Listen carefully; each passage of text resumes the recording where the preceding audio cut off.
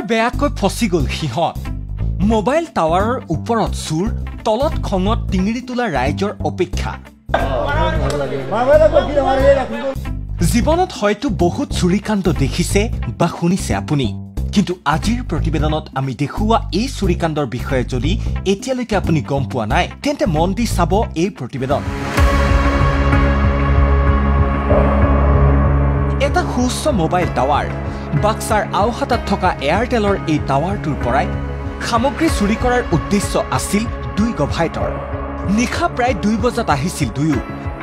জনশূন্য পথ ডাঠ কুঁৱলীয়ে আৱৰা গভীৰ নিশা নিশ্চিন্ত মনে দুই চুৰ উঠি গৈছিল টাৱাৰটোৰ ওপৰলৈ টাৱাৰটোৰ ওপৰত গৈ খুলিছিল টাৰ্গেট কৰি অহা বিশেষ যন্ত্ৰটো কিন্তু কম নহয় কোম্পানীও সেই মূল্যৱান যন্ত্ৰটোত ইতিমধ্যে ইনষ্টল কৰি থোৱা আছিল এন্টি থেফট ডিভাইচ এইফালে যন্ত্ৰটো খোলাৰ লগে লগে সিফালে মোবাইল যোগে গম পালে এয়াৰটেল কৰ্তৃপক্ষই লগে লগে খবৰ দিলে গাঁওখনত টাৱাৰটোৰ চোৱা চিতাৰ বাবে নিয়োজিত কৰি থোৱা ৰঞ্জিত কলিতা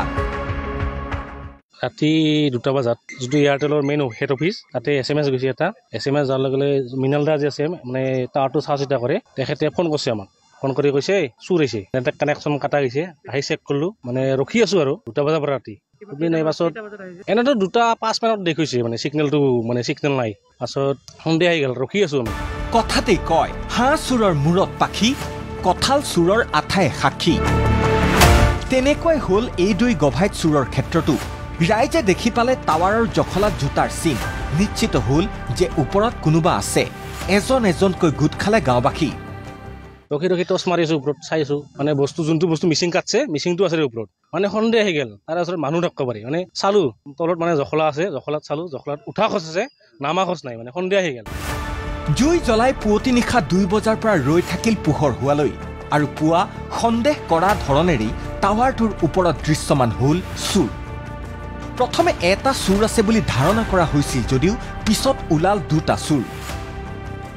তাৰপিছত উঠলো যেহেতু ৰখি আছো এনেকে ৰখাতে হৈ নহয় 2টা মানুহ ওলাল খাজ এটা বুলি ভাবিছিলো 2টা ওলাল ওপৰত বহি আছিল একদম ওপৰত বহুত মানে সিহঁতৰ বেগ আছে তাতে গোটেই 2টা বজাৰ পৰা পুৰা পুৱাক লগি আৰক্ষী খবৰ দিয়া হৈছে পিছত আহিল আৰক্ষী আহিল অগ্নি নিৰ্বাপক বাহিনী উপায়ন্তৰ হৈ এইবাৰ চুৰ দুটা তললৈ নামি আহিবলৈ বাধ্য হ'ল মানে আৰক্ষী হোৱাৰ পিছত সিহঁতে বাগান মানে শুই আছিল তাতে ওপৰত আৰক্ষী হোৱাৰ পিছত হাতখন দাঙি দিছে মানে হাতখন দাঙি দিয়াৰ পিছত বহুত ৰিকুৱেষ্ট কৰাৰ পিছত সিহঁতে নামি আহিছে তললৈ আৰু তাৰ পিছৰ পৰিৱেশ এয়া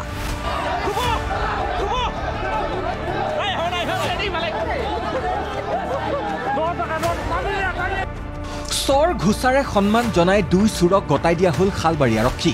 অৱশ্যে হাতে লুটে ধৰা পৰাটো দুই চুৰৰ এয়াই প্ৰথম অভিজ্ঞতা নহয় ইয়াৰ পূৰ্বেও গালি ঘোচাৰে বিভূষিত হৈ থৈছে মফিদুল আৰু আছাদুলে শুনক তেওঁলোকৰ মুখেৰে বৰপেটা কি নাম মফিদুল ইছলাম আৰু লগৰজনৰ কি নাম হাছাদুল কি কাৰণে আহিছিল ইয়াতে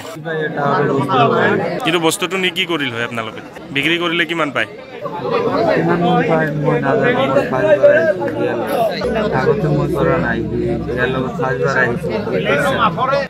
ই আগতে ক'ত কৰছে আৰু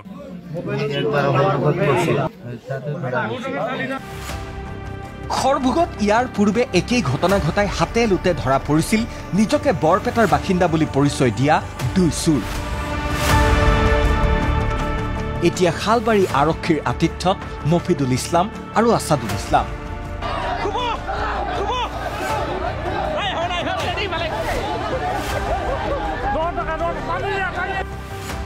শালবাৰীৰ পৰা লব কুমাৰ দাস ND24